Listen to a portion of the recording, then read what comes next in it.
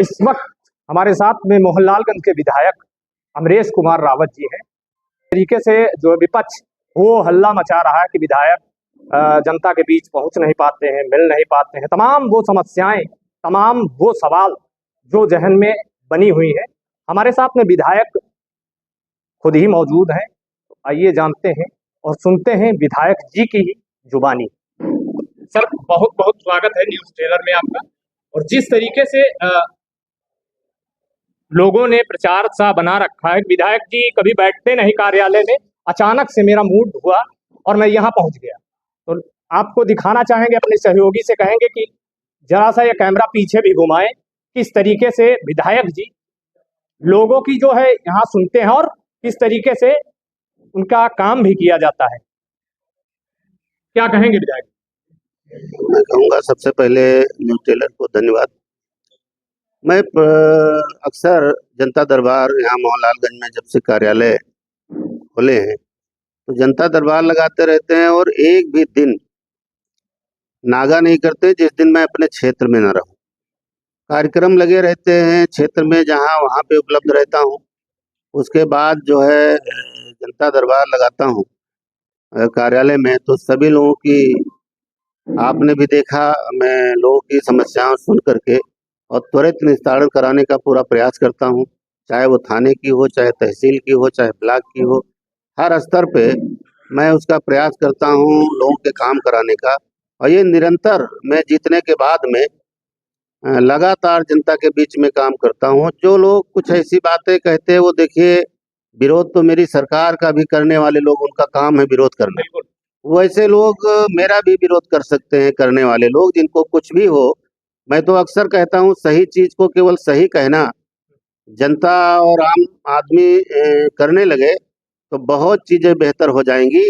जैसे कि श्रद्धेय अटल बिहारी वाजपेयी जी लोकसभा में विपक्ष में बैठे थे, लेकिन अगर जनहित के कार्य होते थे तो श्रद्धेय अटल बिहारी वाजपेयी जी उनके समर्थन में आ जाते थे, विपक्ष का काम, विरोध करने का काम नहीं करते थे।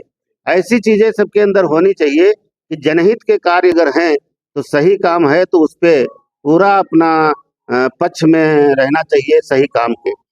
मैं लगातार जितने बड़े पैमाने पे भारतीय जनता पार्टी की सरकार ने, डबल इंजन की सरकार ने हमारी इस 176 मोहनलालगंज विधानसभा आज़ादी के लेकर के 2022 के पहले कभी कोई भारतीय जनता पार्टी का विधायक नहीं हुआ। 2022 में देवतुल्य जनता ने हम पे आशा और विश्वास करके उस न्याय के मंदिर में भेजने का काम किया।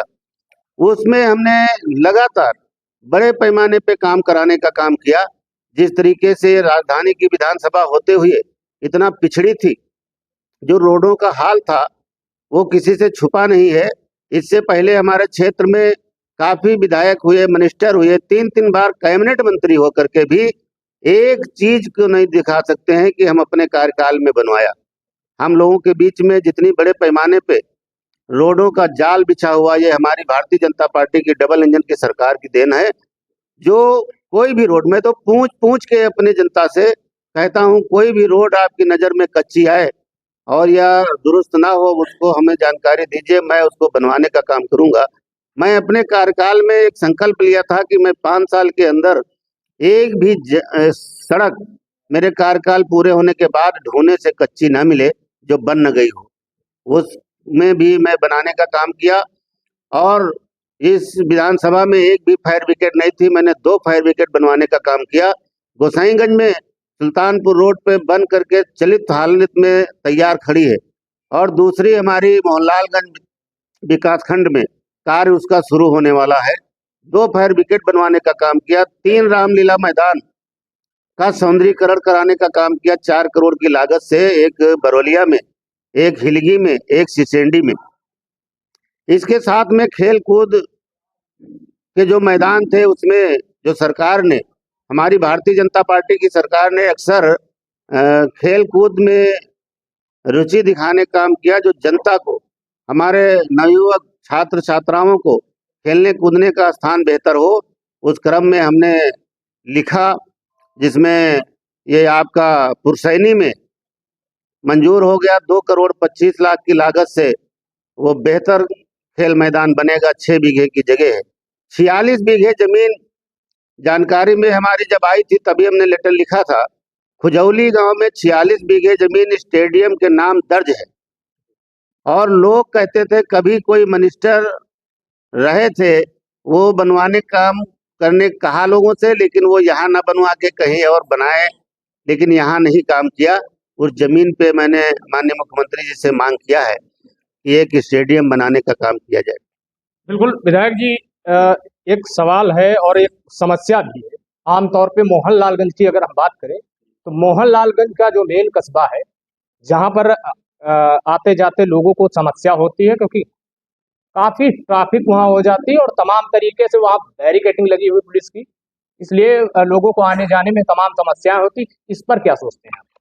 देखिए, इस पे हमने लेटर लिख करके ओवर ब्रिज का मंजूरी कराया था, मंजूर हो गया था, लेकिन कुछ लोगों ने उसके रुकवाने के लिए काफ़ी प्रयास किया कि हमारे घर टूट जाएंगे, हमारी दुकान टूट जाएगी। काफ़ी लोग मेरे पास आए, तो वो उसमें पेंडिंग पड़ा हुआ है। उनकी वजह से मैंने कई बार समझाया कि चीज़ें बेहतर बनेंगी तो सबको आराम मिलेगा।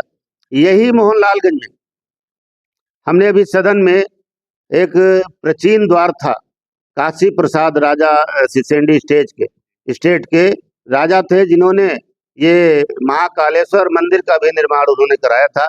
हमने सदन में मांग किया कि उस द्वार का भव्य द्वार बनाने का काम किया जाए, क्योंकि प्राचीन द्वार हमारा रायबरेली रोड पे मोहनलालगंज में बना था, उसकी यथास्थिति उसी तरीके से बरकरार की जाए और भव्य बनाया जाए।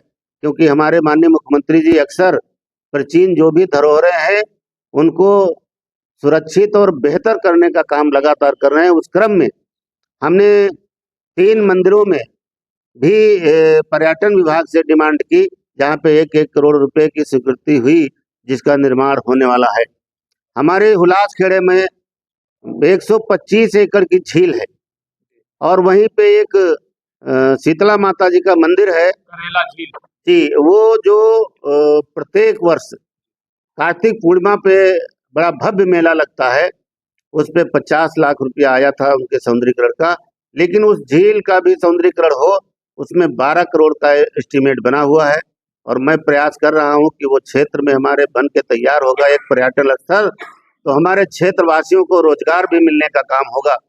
इसी क्रम में हमने ओपन विज्ञान नक्षत्रशाला बनाने की मांग की, जो 42 करोड़ की लागत से वो बनेगा। कम से कम छात्र छात्राओं को विज्ञान पाठन और जो प्रैक्टिकल है उसमें उनको सहूलियत प्रदान होगी।